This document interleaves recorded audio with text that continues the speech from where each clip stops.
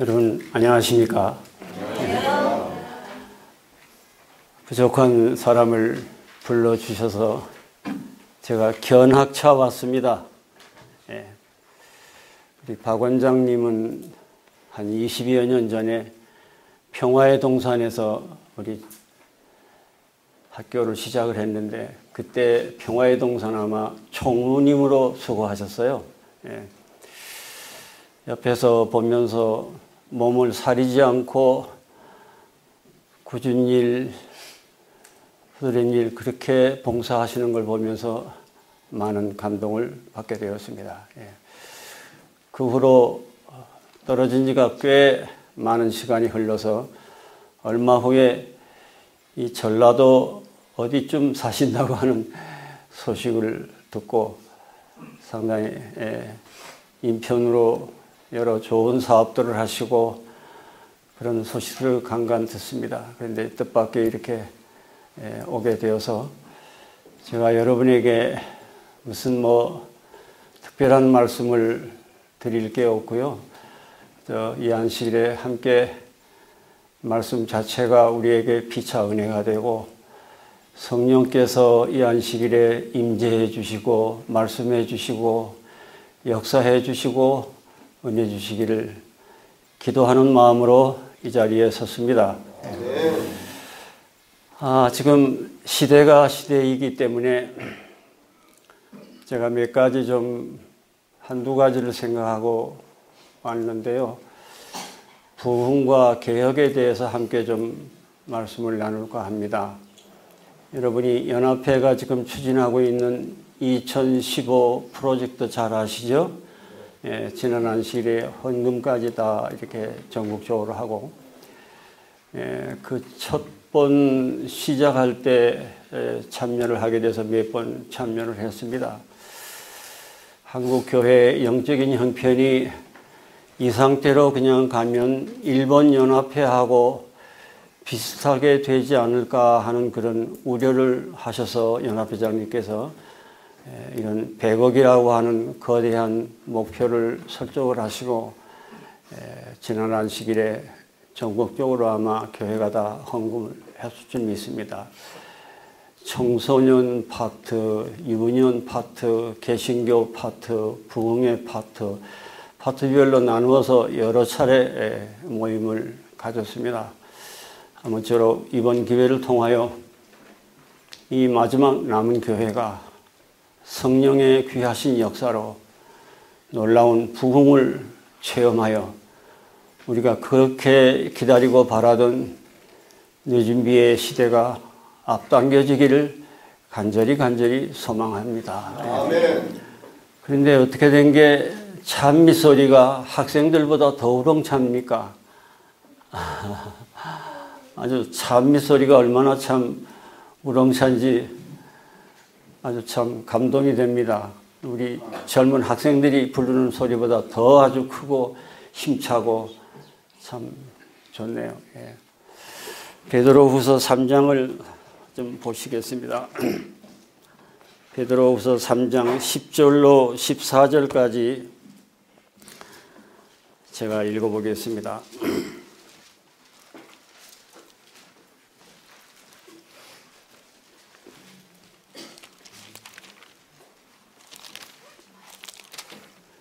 베드로후서 3장 10절로 14절입니다. 그러나 주의 날이 도적같이 오리니 그날에는 하늘이 큰 소리로 떠나가고 체질이 뜨거운 불에 풀어지고 땅과 그 중에 있는 모든 일이 드러나리로다. 이 모든 것이 이렇게 풀어지리니 너희가 어떠한 사람이 되어야 마땅하뇨? 거룩한 행실과 경건함으로 하나님의 날이 임하기를 바라보고 간절히 사모하라. 그날에 하늘이 불에 타서 풀어지고 체질이 뜨거운 불에 녹아지려니와 우리는 그의 약속대로 의에 거하는 바 새 하늘과 새 땅을 바라보도다. 그러므로 사랑하는 자들아 너희가 이것을 바라보나니 주 앞에서 점도 없고 흠도 없이 평강 가운데서 나타나기를 힘쓰라.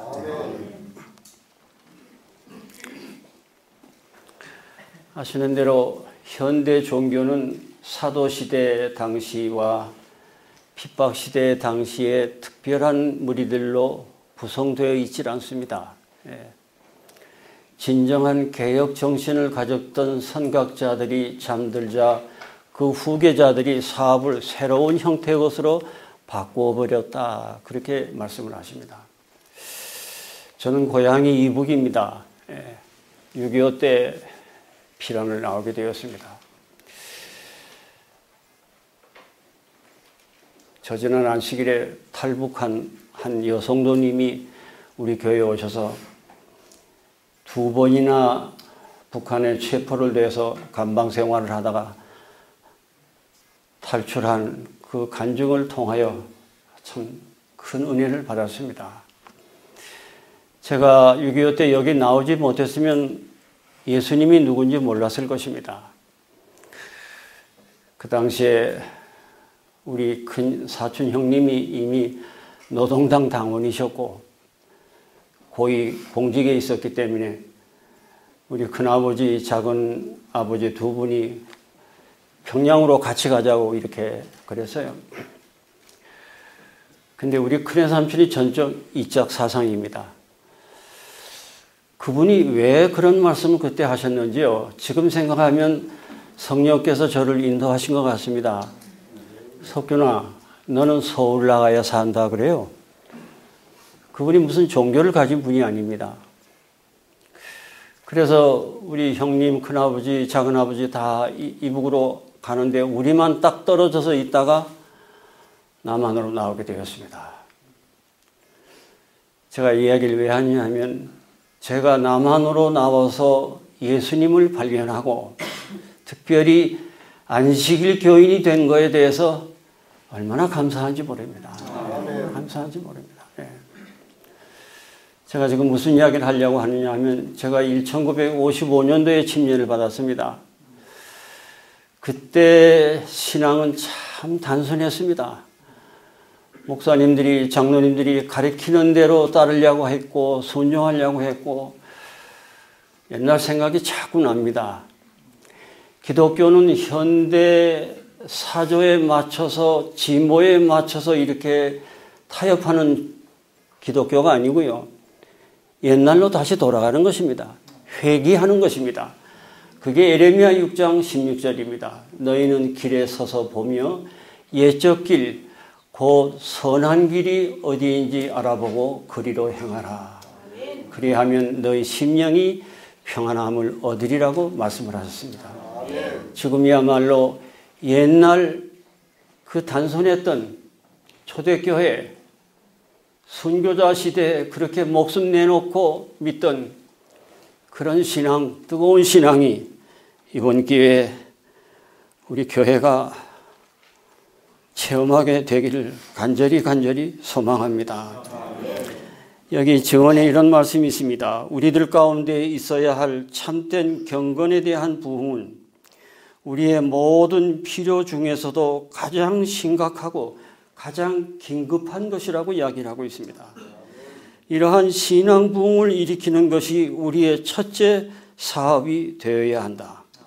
신앙 부흥이란 영적 생애를 소생 및 부흥시키는 것이며 정신력과 마음의 힘을 일깨워주고 영적 사망에서 부활하는 것을 의미한다. 혹시 우리들은 교회 전체가 부흥되기를 기다리고 있는가? 그러한 때는 결코 오지 않을 것이다. 지금 우리는 개인적으로 준비해야 할 때라고 생각이 됩니다. 이번에 연합회장님이 권도원에도 그런 말씀을 주셨어요. 이 가래 뽑은 기별 1권 121쪽에 있는 말씀을 제가 읽었는데요. 그분이 이 말씀을 인용하시면서 교단 차원으로 부흥되기를 기대할 수가 없고 개인적으로 아니면 교회적으로 그런 부흥의 역사가 일어났으면 참 좋겠다고 그렇게 말씀하신 것을 듣게 되었습니다. 임마누엘 이 동산교회가 저도 산골에 삽니다만 여기 와 보니까 더 아늑한 것 같아요. 아주 조용하고 이런 한적한 곳에서 놀라운 신앙의 역사가 있게 되시기를 간절히 바랍니다.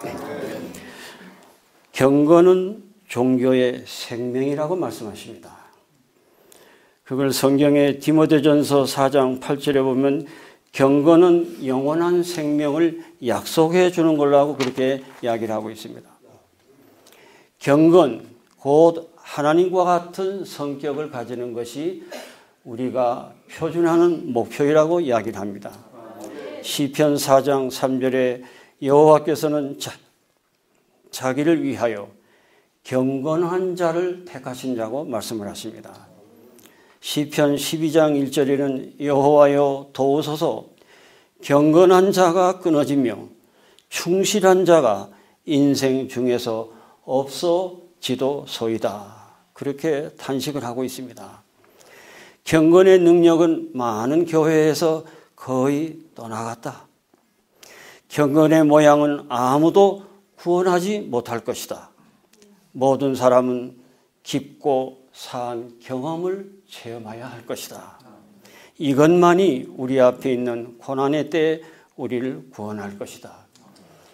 제가 조금 전에 언급을 했던 그 주 에스더 들어보셨습니까? 예. 신앙한 지 이제 몇 년 안 됐어요. 근데 그분 책을 읽어보면요. 나중된 자가 먼저 된다고 하듯이 신앙을 체험을 하고 있습니다. 아주. 예, 체험을 하고 있어요. 그 높은 담장을 어떻게 여인의 몸으로 넘겠습니까? 철망이 있고 한데 순전히 기도로, 단순한 기도로 나갔는데 층계가 생기더라는 거예요. 담장에. 그게 하나님이 역사하지 어떻게 도망가라고 층계해 놓을 리가 없지 않습니까?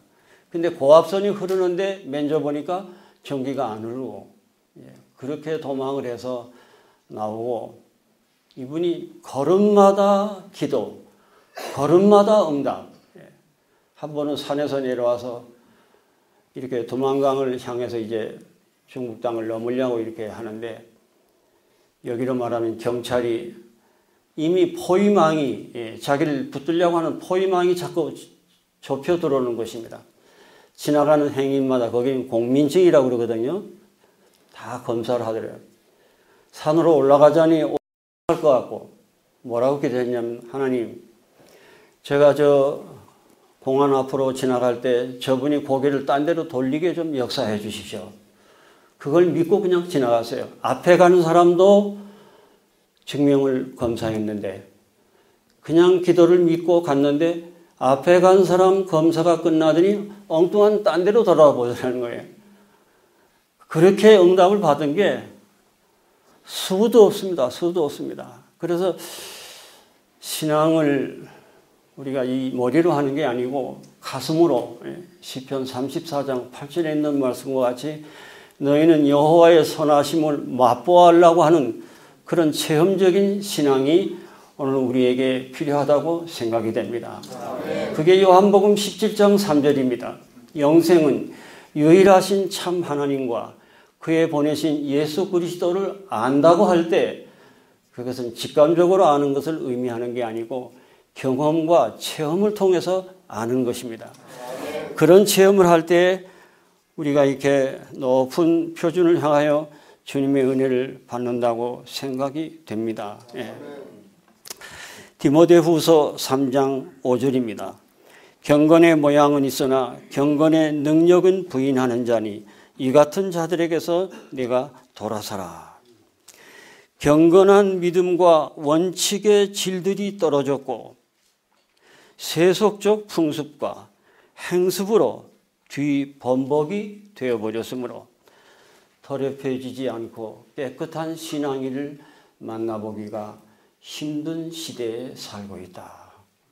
엘렌 화이트는 오래전에 이렇게 교회의 형편을 진단하고 있습니다. 교회들이 맥이 풀려 있고 연약하고 영적으로 병들어 있다. 우리 교회를 휩쓸고 있는 것은 영적 죽음이다.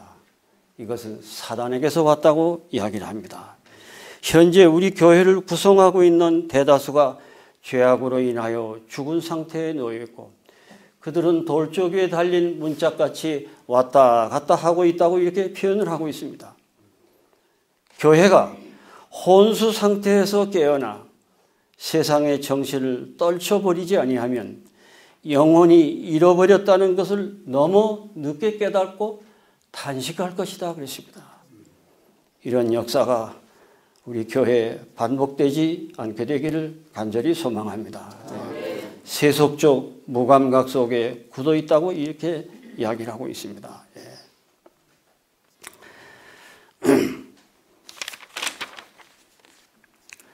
중국의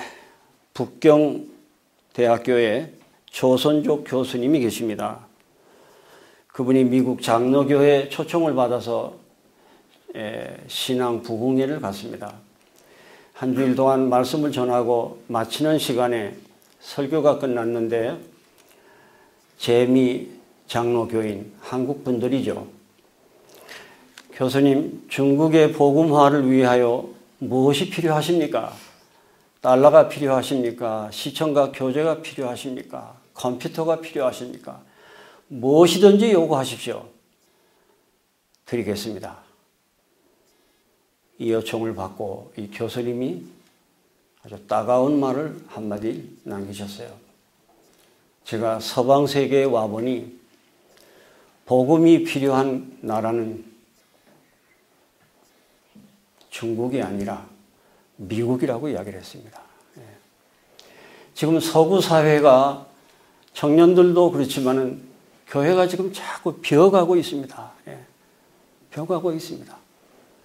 한국도 그렇게 되지 않는다고 하는 보장이 없죠. 사실 연합회장님이 어떤 면으로는 심각하게 연멸하셨기 때문에 그런 계획을 지금 내놓고 이렇게 하는 것입니다. 자, 이 시간에 그럼 부흥이 어떻게 일어날 것인가? 부흥의 비결에 대해서 좀 함께 나눠보려고 합니다.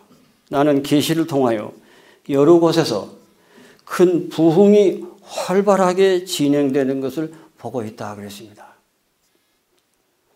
성경에는 수많은 조건들이 있습니다. 조건이 없으면 의가 무너집니다. 신앙을 부흥하는데도 조건이 있습니다. 첫째, 노력이 있어야 부흥이 됩니다. 히말리아 산에는 이상한 새가 한 마리가 있는데 날이 새면 집을 지으리 하는 별명이 붙은 새가 있다고 합니다. 왜 그 새에게 그 별명을 주었냐면 낮에는 그 히말리아 산 꼭대기 감미로운 햇살, 공기 너무 좋아서 해가 지도록 노래 부르고 집집 생각을 전혀 하지도 못하고 잊어버리고 댕기다가 밤이 되면 영하로 뚝 떨어져서 눈보라가 치고 너무 추워서 아이고 낮에 내가 왜 집을 안 졌던가, 날이 새면 집을 지어야지, 그렇게 밤새도록 추워서 하다가 날이 새면 또 그 감미로운 햇살, 그 공기, 그것 때문에 또 하루 종일 노래를 하다가 저녁이 되면 또 후회하고, 그게 연거푸돼서 그 새 이름을 그 지방에 있는 사람들이 날이 새면 집을 지으리 그렇게 붙였다고 합니다. 결심으로 끝나면 아무 의미가 없습니다. 실천되어져야 합니다. 신약 성경에는 노력하라, 싸우라, 견디라, 인내하라, 경주하라 이런 긍정적인 결정적인 동사들로 가득 차 있습니다. 우리가 할 것은 아무것도 할 것이 없고 그냥 팔짱을 끼고 축복만 따먹으면 된다고 하는 그런 암시조차 한 문제가 성경에는 없습니다. 인간은 수동적인 존재가 아니라 긍정적인 존재이기 때문에 부속사업은 하나님과 인간과의 협력입니다. 협력사업입니다. 사람 편에서만 노력을 해도 안 되고 하나님 편에서만 해도 안 되고 협력이라고 그렇게 이야기를 하고 있습니다. 로마서 12장 11절입니다. 마태복음 11장 12절을 먼저 하나 보겠습니다. 잘 아시는 말씀입니다. 침례 요한의 때부터 지금까지 천국은 침노를 당하나니 침노하는 자는 빼앗느니라. 이 군사적인 용어를 쓰고 있습니다. 쳐들어간다. 천국을 빼앗으라. 예. 그냥 어느 날 그냥 우연히 얻어지는 것이 아니고 노력을 하라는 것입니다. 옛날 구약 성경에는 힘쓰는 자들이 천국을 빼앗는다 그렇게 되어 있는데 그 말보다는 이 단어가 더 깊이 있다고 생각이 됩니다. 천국은 침노를 당하나니 침노하는 자는 빼앗느니라. 로마서 12장 11절에 부지런하여 게으르지 말고 열심을 품고 주를 섬기라. 사람은 책임적인 존재로 창조되었다. 엘렌 화이트는 그렇게 이야기를 하고 있습니다. 책임적인 존재로, 의지를 가진 존재로 창조가 되었습니다. 하나님께 대한 믿음은 우리의 노력이나 성실을 외면하는 것이 아니다. 하나님의 은혜는 노력의 대형물이 아니다. 그렇게 말씀하십니다. 하나님께서는 우리 스스로 할 수 있는 것을 하나님이 대신 해 주시겠다고 약속한 데가 한 군데도 없다고 말씀하십니다. 심지어 우리가 우리 몫에 해당하는 노력을 하지 아니하면 하나님도 우리를 천국으로 되돌고 갈 수 없다고 말씀을 하십니다. 사람의 노력이 없이는 영적 힘이 나타나지 않을 것이다. 부흥을 위하여 애쓰고 고민하고 노력하라고 말씀을 하십니다. 노력이 없이 신앙 부흥이 있을 것처럼 착각하지 말라 그랬습니다. 라오디게아 교회의 문제는 착각입니다. 이 교회의 문제는 영적인 질병 자체가 문제가 아니고 영적인 질병을 갖고 있는데도 건강하다고 하는 것입니다. 영적으로 가난한데도 부유하다고 하는 것입니다. 영적으로 눈이 멀었는데도 잘 본다고 하는 것입니다. 휘지리안 파우더라고 하는 안약이 그 당시 그 터키 반도에 라오디게아 교회에 의대가 있었고 안약을 수출했다고 합니다. 어쩌면 그 당시 형편과 우리의 형편이 그렇게도 같은지요. 하나님이 보실 때 누더기 옷을 걸치고 있는데 앙고라 텍스라고 하는 검은 양털로 짠 튜닉이라고 하는 반들반들한 외투를 입고 영적으로 가난한 걸 모르면서도 돈벌이에 관광에 스포츠 경기에 그 당시 라오디게아 신자들하고 오늘 우리의 모습이 같기 때문에 그렇게 말씀하신 것입니다. 라오디게아 교회의 문제점은 복잡하고 심각하지만 예수님 모시면 문제가 다 해결이 됩니다. 그분이 치료자이시기 때문에 그러합니다. 왜 이 교회가 눈이 멀었습니까? 침을 뱉어 흙을 소경 눈에 바르고 실로암 못에 가서 씻으라고 하는 예수가 없기 때문에 그러합니다. 왜 이 교회가 가난합니까? 서머나 교회는 육신적으로는 가난했지만 영적으로는 부여했습니다. 오히려 라오디게아 교회는 육신적으로 너무 풍요로워서 가난했습니다. 애정과 관심이 세속에 다 많이 쏠려 있기 때문에 하나님하고 관계가 멀어지는 것입니다. 이러한 비극적인 역사가 반복되지 않기를 간절히 소망합니다. 아무런 노력도 없이 놀라운 신앙 부흥의 체험을 맛보게 되리라는 엉뚱한 생각을 해서는 안 된다. 하나님의 천사들은 스스로 아무런 노력도 하지 않는 자들에게서는 돌아섰다. 그리고 땀 흘리고 열심히 얼굴이 창백해져서 영적 고민하면서 어떻게 해야 우리가 구원을 얻으릴까 부르짖는 사람들에게 더 많은 천사들이 합세하고 냉담하고 무관심한 사람들은 계시의 시야에서 사라졌다. 그렇게 표현을 하고 있습니다. 어느 편을 택하시겠습니까? 우리는 때때로 영적인 고민을 할 필요가 있다고 생각이 됩니다. 사람의 의지와 하나님의 협력이 합쳐질 때 전능한 힘이 된다고 말씀을 하셨습니다. 그 힘으로 신앙의 부흥이 우리 모두에게 있게 되기를 간절히 바랍니다. 구원을 얻는 일은 일종의 연합 활동이라 하나님과 회개한 죄인 사이에 협력이 있어야 된다고 말씀을 하십니다. 영생을 얻는 데는 끈질긴 노력이 필요하다고 이야기합니다. 예수님도 마태복음 24장 13절에 끝까지 견디는 자는 구원을 얻으리라. 구원을 얻는 데 있어서 그대가 할 일이 아무것도 없다고 생각하는 것은 무서운 잘못이라 그랬습니다. 십자가에서 다 이루었기 때문에 인간편에서 할 일이 없다고 하는 것은 무서운 오류이고 무서운 잘못입니다. 왜냐하면 야고보 2장 26절에 영혼 없는 죽은 것과 같이 실천이 없는 행함이 없는 믿음은 죽은 것이기 때문에 그러합니다. 하나님이 다 이루었기 때문에 순종할 그 속박에서 벗어났다고 신신학자들이 이야기하고 있습니다. 그래서 소위 죄의 불가피로를 주장하고 있습니다. 여러분 아시는 대로 신학은 창조가 아닙니다. 신학은 하나님의 계시와 영감의 말씀에 무릎을 꿇고 발견하는 거지 인간의 어떤 사상이나 견해로 만들어내는 것이 신학이 아닙니다. 이런 그릇된 신학의 오류 때문에 많은 사람들이 회의론자가 되고 불신자들이 됐다고 영감의 글은 이야기하고 있습니다.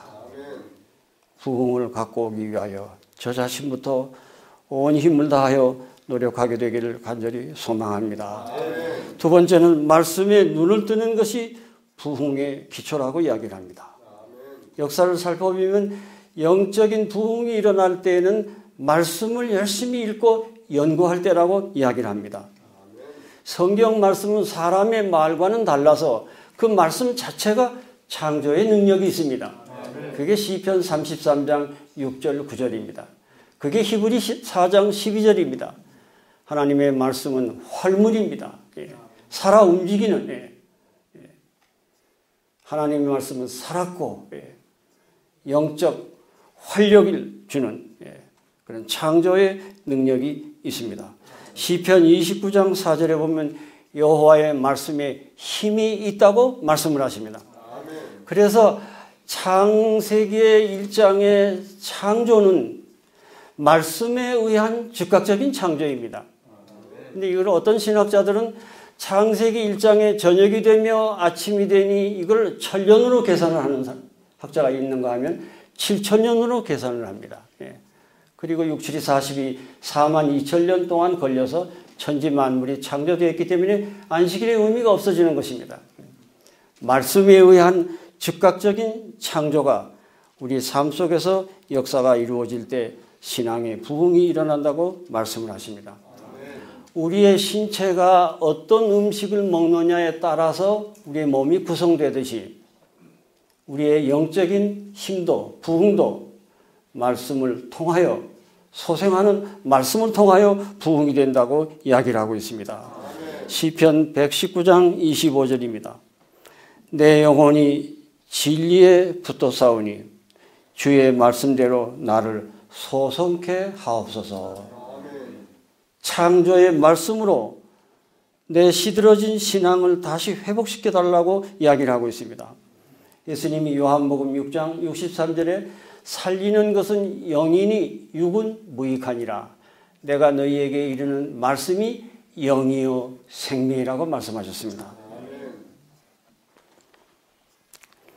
세상에 생명을 주는 그리스도의 생명은 그의 말씀 가운데 있다. 육체의 생명이 식물에 의하여 유지되는 것처럼 영적 생명도 하나님의 말씀에 의하여 유지가 된다고 이야기를 하고 있습니다. 한 백성으로 요한계시록이 우리에게 의도하는 바를 깨닫는다면 우리 가운데 근본적인 신앙의 부흥이 일어날 것이다. 개인적인 생각으로는 교회 형편을 보나 세상 돌아가는 걸 보나 정말 지금이야말로 계시록 13장의 위기가 우리 앞에 와 있지 않나 하는 생각을 나름대로 하게 됩니다. 이게 정통한 소식통인지는 모르지만 우리 목사님이 설교 시간에 이야기를 하셨어요. 전혀 근거 없는 아마 소식은 아닌 것 같고요. 그렇다고 확실히 또 단언할 수도 없는 그런 이야기인데 지금 교황 형이 재림 교인이랍니다. 들으셨어요? 네.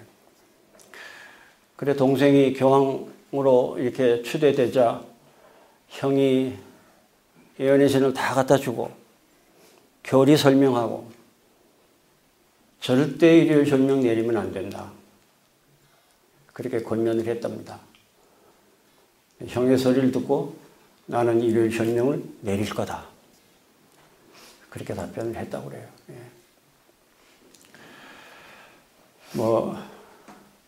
그런 얘기뿐이 아니고 여러 가지 정황을 살펴볼 때 예수님이 오셔야 하고 오실 수밖에 없는 상황들이 한두 가지가 아니라고 생각이 됩니다.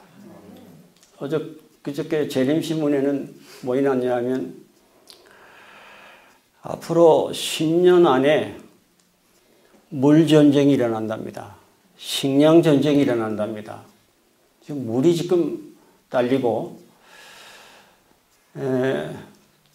이 지구에서 생산되는 곡물이 세계은행 총재가 그 완전한 데이터에 의해서 한 이야기입니다. 이게 이 지구에서 생산되는 곡물을 다 모으면 120억을 먹일 충분한 양이랍니다. 근데 일부 기업가들의 농간 때문에 곡물값이 올라가고 우리나라는 너무 살 빼기 운동을 하는데 아프리카 아이들은 그냥 굶어서 죽고 1년에 2천만 명 이상 애들이 굶어서 죽는다고 합니다. 예. 예수님이 빨리 오셔야 합니다. 예. 이번에 그 세월호 그 아이들이 물 들어온다. 얼마나 애를 타다가 죽었을까 생각을 하면 너무도 마음이 아픕니다. 오늘도 버스 안에서 그 텔레비 뉴스 나오는 걸 보고 그 부모들이 얼마나 가슴에 아프겠습니까? 예수님 속히 오셨으면 좋겠습니다.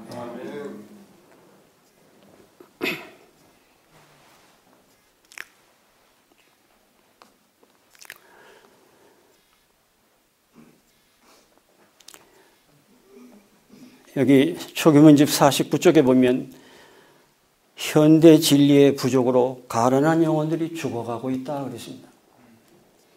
현대 진리가 무엇입니까? 하나님께서 그 시대마다 보내시는 특별한 기별이 있습니다. 노아 당시에는 배를 지으라는 것입니다. 그 당시에 많은 머리 좋은 사람들이 노아 할아버지, 만약에 노아 할아버지가 배를 지어서 구원을 받으면 노아 할아버지가 영광을 받죠. 믿음으로 구원을 받지 행함으로 구원을 받습니까? 어떻게 보면 맞는 얘기도 같아요. 그러나 히브리 11장 7절에는 방주를 예비하여 구원을 했다고 그렇게 이야기를 하고 있습니다. 노아 당시의 현대 기별은 배를 지어야 하는 것입니다. 그리고 배를 타야 하는 것입니다. 침례 요한에게 주신 현대 기별은 메시아를 위해서 백성들을 준비시키는 것입니다. 오늘 우리가 사는 이 시대의 현대 기별은 무엇입니까? 세천사의 기별입니다. 네, 세천사의 기별입니다. 머지않은 장래에 짐승의 표를 받을 것이냐 하나님의 인을 받을 것이냐 둘 중에 하나를 선택할 수밖에 없는 상황이 올 것입니다.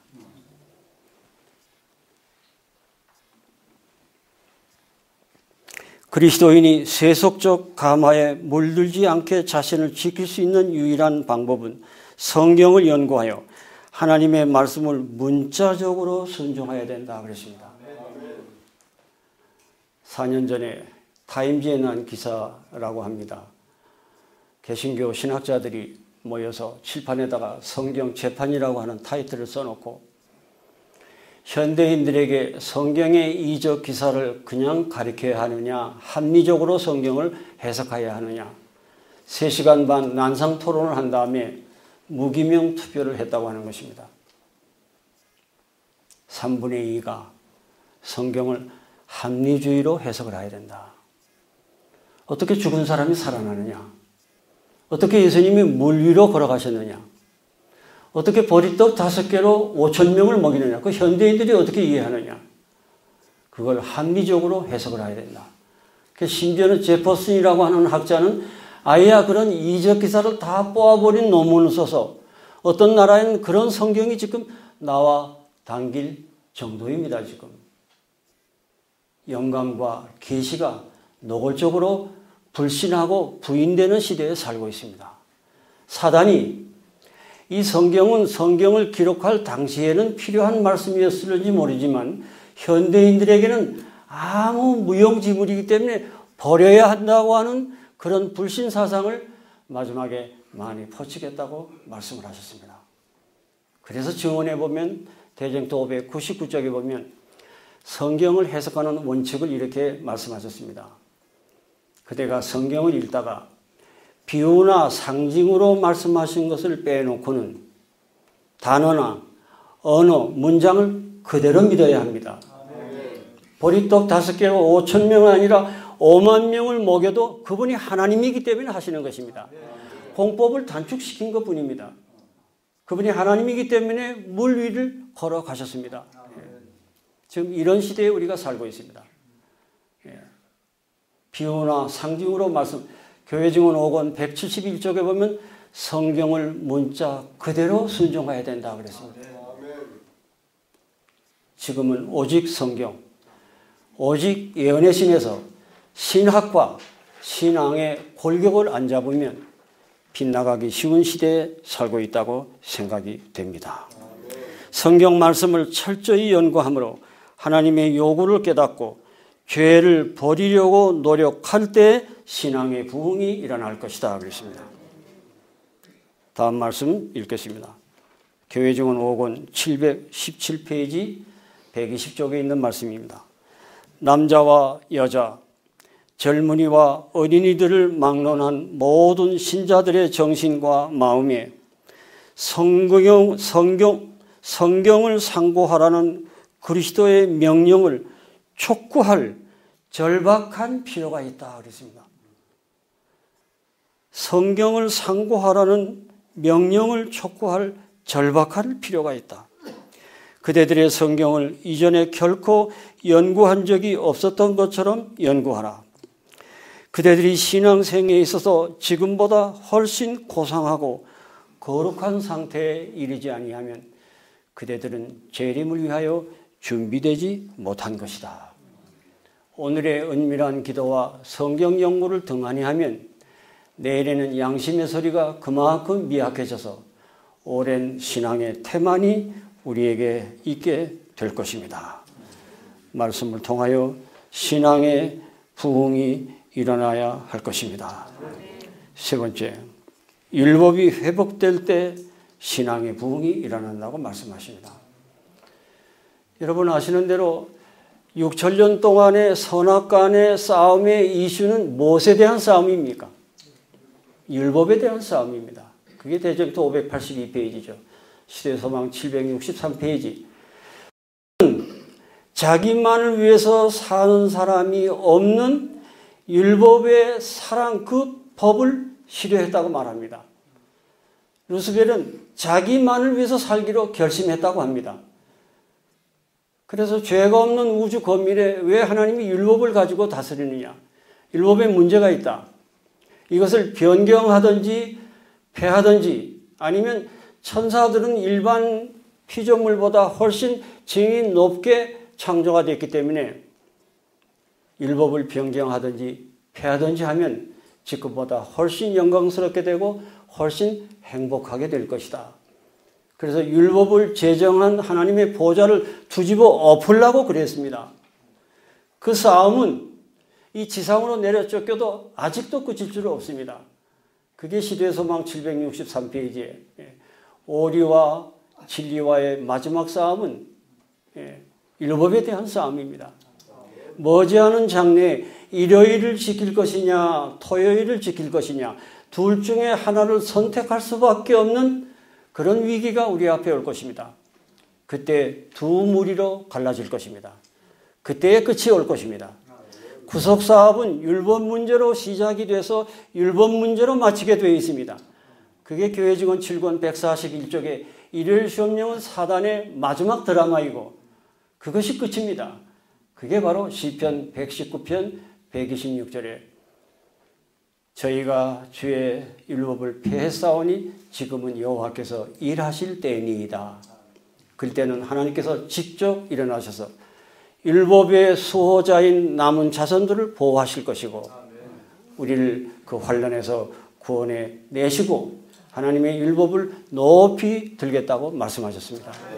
예루살렘이 멸망될 때 언약궤 안에 있던 그 십계명 두 돌 위를 어떤 랍비인지 서기관인지 몰래 갖다 비밀 장소에다 숨겨놨는데 아직도 그 장소에 있다고 합니다. 예언의 보면 때가 되면 그 두 율법을 온 천하에 발표할 때가 우리 앞에 있겠다고 그렇게 말씀을 하십니다. 율법이 왜 그렇게 중요하냐? 율법은 하나님의 품성의 사본입니다. 율법은 품성의 표준입니다.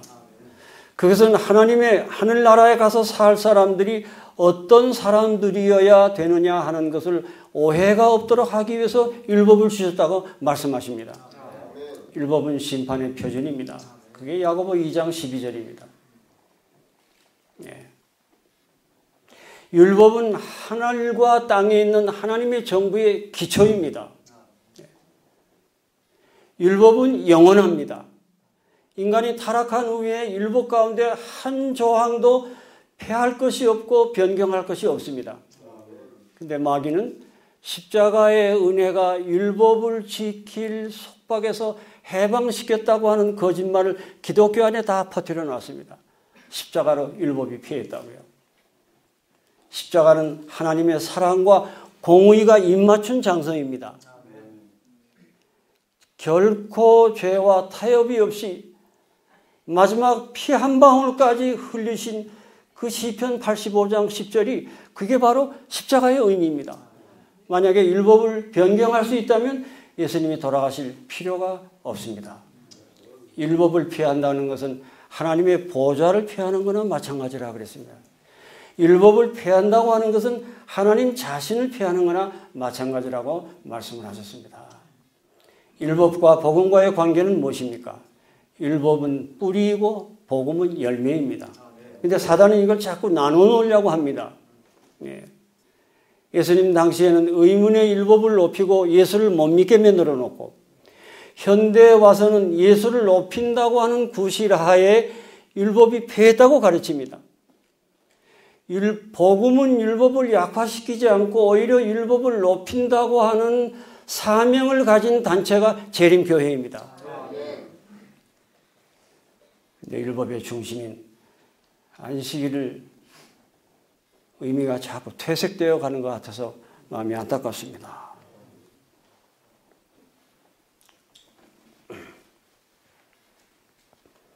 싸움은 하나님의 계명이냐 인간의 이론이냐의 싸움입니다.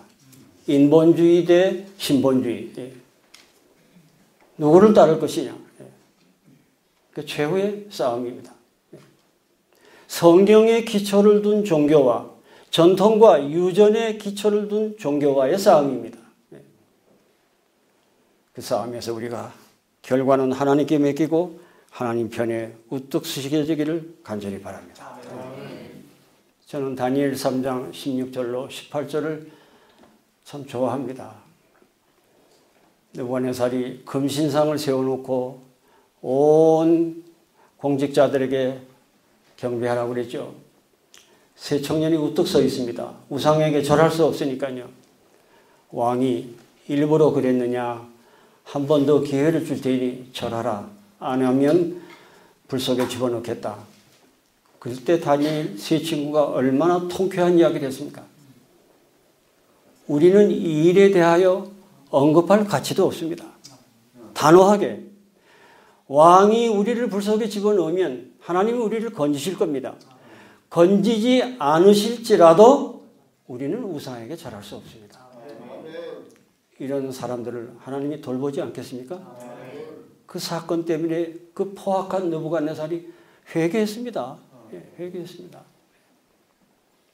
그걸 초계문집 67페이지에 보면 마지막에 일열 현명이 강요될 때 다니엘 세 친구와 같이 아니요.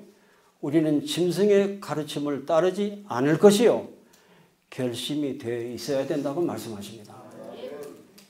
우리가 모두 하나님의 권위 편에 서게 되시기를 간절히 소망합니다. 그래서 세 번째는 율법이 회복될 때에 부흥이 일어납니다. 왜냐하면 믿음으로 말미암는 의할 때 그 의는 오를 의자를 쓰는데요. 원어상으로는 하나님이 인정하시는 특질. 그 의는 시편 119편 172절 의로운 계명을 믿음으로 순종해서 이루어진 품성을 의라고 합니다. 그게 로마서 7장 12절 율법도 거룩하고 선하고 의롭고 선하도다.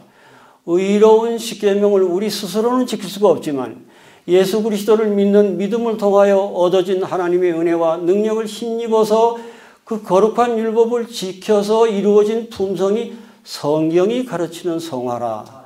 대전도 470쪽에 그렇게 이야기를 하고 있습니다. 그래서 믿음으로 말미암는 의는 적은 뿔에 의하여 깨어진 율법을 제자리에다 회복시키는 것입니다.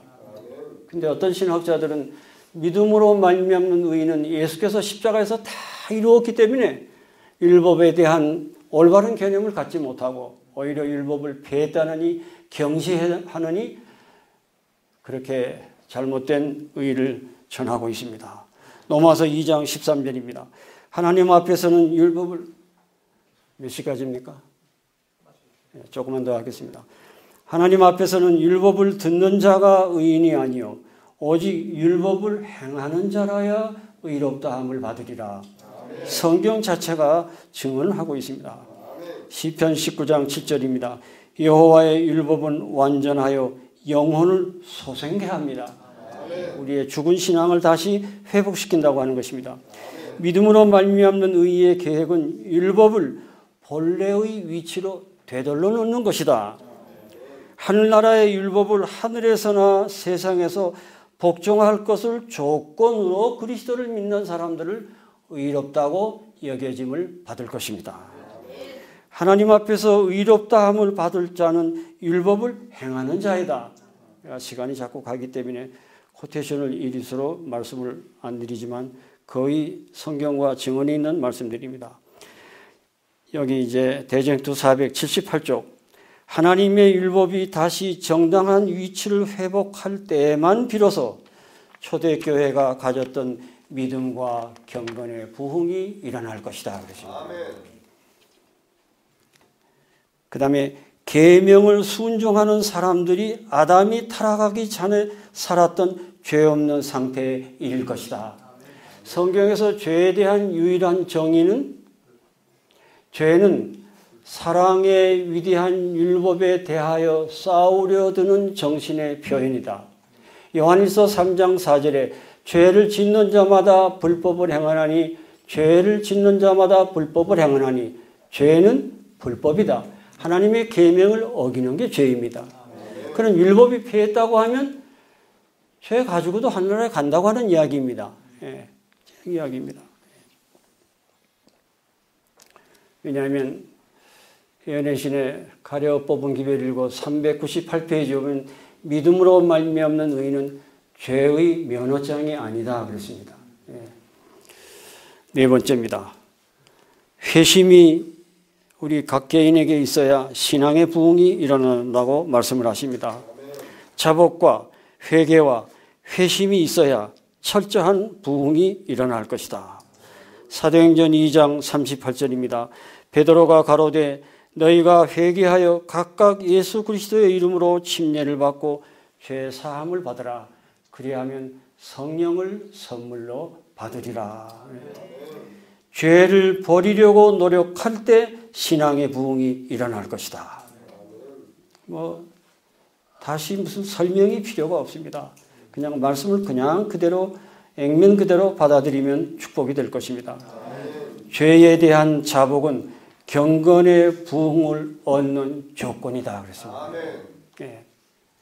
다시 회개할 필요가 없는 회개의 체험을 하게 될 때 비로소 신령한 생애가 시작된다 그랬습니다. 그래서 진정한 회개는 죄에서 떠나는 것을 의미합니다. 진정한 경건은 죄악과의 싸움의 타협이 끝난 후에 시작될 것이다.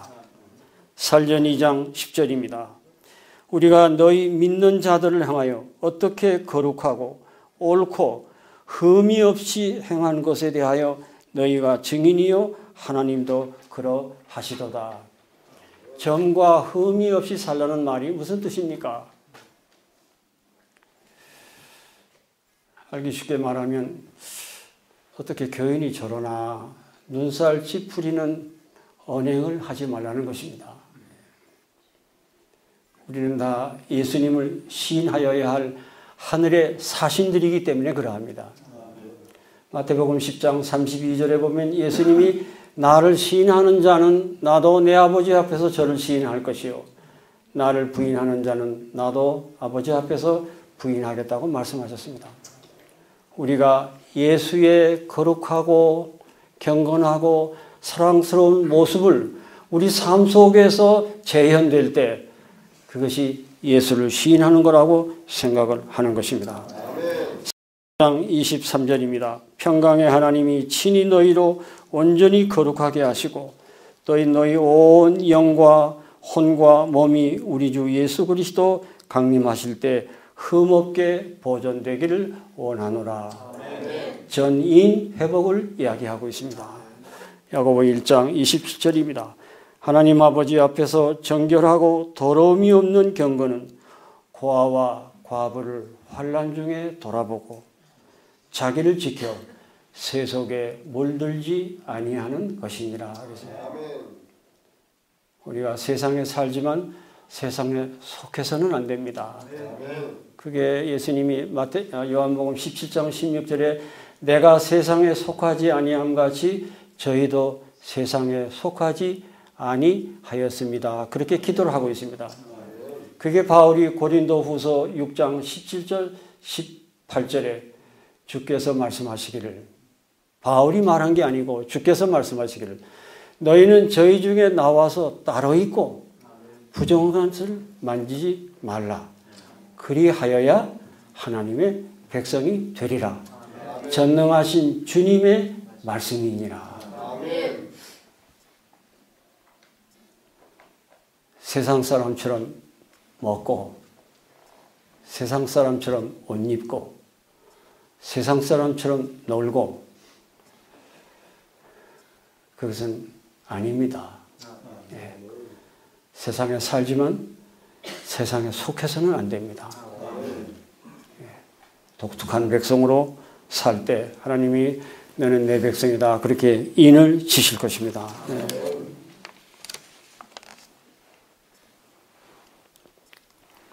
주님께서 오신다는 기별은 입술로만이 아니라 생애와 품성으로 증거해야 된다. 장로교 목사님들이 안식일을 많이 지킵니다. 지금 한사호 목사님의 양심 선언 때문에 안식일을 많이 지킵니다. 한 목사님은 우리 교회에 와서 진착사 집회 때 참 놀라운 진리를 가지고 있는데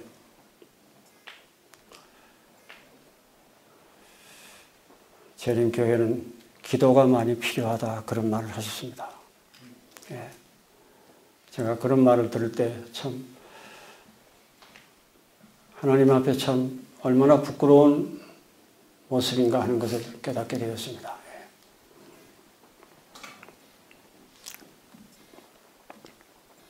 우리의 삶에서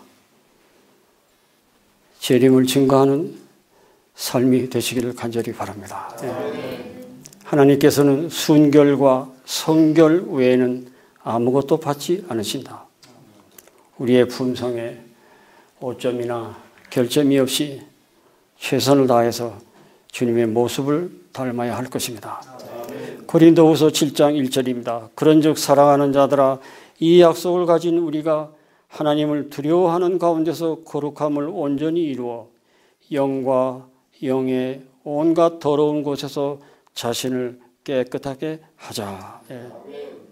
죄를 자복하여 모든 죄를 버림으로 주님의 길을 예비하여야 한다. 그렇습니다. 재림을 위해서 준비하는 근본적인 준비는 죄를 버리는 거라고 생각이 됩니다. 조사심판이 진행된 지가 160원이 훨씬 넘었나요? 예. 이럴 때 하나님의 백성들 사이에는 죄를 없이 하고 정결케 하는 운동과 역사가 일어나야 된다고 그렇게 말씀을 하십니다. 예. 그렇게 할 때 우리의 신앙의 부흥을 가져올 것입니다. 예. 하나님께서는 사람이 하늘의 능력을 받음으로 흠없는 생애를 살 수 있다는 것을 보여주시기 위하여 이 세상에 주님이 오셨다고 말씀을 하십니다. 이제 마지막으로 신앙 부흥은 기도에 대한 응답으로 기도할 필요가 있다 그랬습니다. 신앙 부흥은 오직 기도에 대한 응답으로서 기대할 필요가 있다.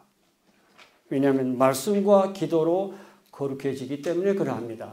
디모데전서 4장 5절에 그 말씀이 있죠. 예. 개인의 영적 생명을 유지하는 것은 물론 우리가 공중기도도 필요하고 식사할 때 하는 기도도 필요하지만 개인의 신앙을 깊이 있게 하고 부흥하게 하고 강하게 하고 유지하는 데 필요한 기도는 개인 기도라고 말씀하십니다. 복음사역자 254페이지로 쭉 보면 은밀한 기도, 예. 개인 기도를 많이 할 때 우리는 하늘의 능력을 받게 될 것입니다. 예. 예수님이 새벽에 일어나셔서 그날 한날 사업을 위하여 아버지께 여러 시간 동안 기도하신 것 같이 하나님께 하늘의 능력을 받는 비결이 기도라고 말씀하십니다. 여기 하나 또 읽겠습니다. 깨어라, 기도하라, 일하라. 이 세 가지 표현입니다. 깨어라, 기도하라, 일하라. 이 말은 믿음의 선한 생애이다. 인자 앞에 서도록 항상 기도하며 깨어있으라. 언제나 기도의 정신으로 지내라. 그리하면 그대는 재림을 위하여 준비를 갖추게 될 것이다. 그랬습니다. 기도하는 정신으로 지나면 재림을 위해서 준비하는 생애를 살게 될 것이다. 기도는 영적 힘을 얻는 비결입니다. 영적으로 새 힘을 얻기 위하여 명상하고 기도하는 시간을 별도로 가져야 한다. 기도와 믿음은 세상의 어떤 능력도 성취할 수 없는 것을 이룰 수가 있다. 기도의 응답을 통해서 우리 마음 가운데 얼마나 놀라운 은혜를 받는지요. 세계적인 여자 부흥사가 있었습니다. 어느 나라에 집회를 갔다가 그 티켓팅할 시간을 조금 남겨놓고 너무 시간이 촉박해서 정신없이 공항으로 달려가가지고 그냥 탑승해버렸습니다. 간신히 그냥 티켓팅하고 한참 날아가다가 가방을 놓고 온 거예요. 근데 그 가방 속에는 재산 서류가 들어있고 아주 중요한 서류들이 많이 들어있다고 그래요. 그래서 그 승무원에게 부탁을 했습니다. 내가 지금 그 중요한 가방을 놓고 왔는데 어떻게 하면 좋죠? 뭐 연락을 해서 찾을 수는 있지만 꼭 기대는 하지 마십시오. 찾더라도 여러 날 걸릴 것입니다. 그 말을 듣고 이 여자 부흥사가 간절히 하나님께 기도를 했답니다. 가방을 다시 찾을 수 있는 길을 열어주십시오. 간절히 기도를 했어요. 기도를 하고 하나님께 맡기고 한참 가는데 갑자기 비행기에서 마이크로 승객 여러분 놀라지 마십시오. 비행기에 약간의 어떤 가벼운 문제가 생겨서 공항으로 다시 돌아가야 할 일이 생겼습니다. 사람들이 얼굴이 다 백지장같이 되고 놀라워가지고 그러나 이 여인은 하나님께 감사 기도를 드리고 있었다고 그래요. 기도응답이죠. 기도응답이죠. 그래서 가방을 찾아가지고 왔다고 하는 것입니다. 기도는 하늘의 무진장한 영적인 보화를 쌓아놓는 열쇠, 그 자물통을 여는 열쇠라 그랬죠. 그 열쇠를 활용하면 우리의 신앙에 놀라운 부흥의 경험을 하게 된다고 이야기를 하고 있습니다. 성령의 역사로 신앙 부흥과 개혁 사업은 성령의 조력을 힘입어 이루어져야 한다. 성령은 영혼에게 영적 생명을 불어넣으시는 존재이시다. 힘으로도 아니하고 능으로도 아니하고 오직 나의 신으로 되느니라.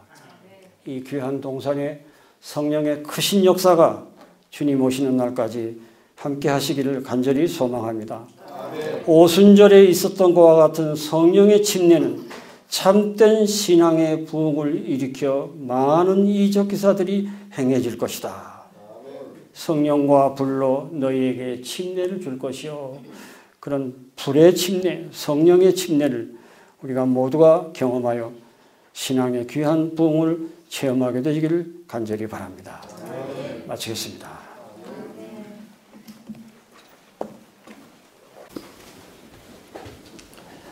하늘에 계신 아버지 하나님, 제7일 안식일 예수 재림 교인이 된 것을 참 감사하게 생각합니다.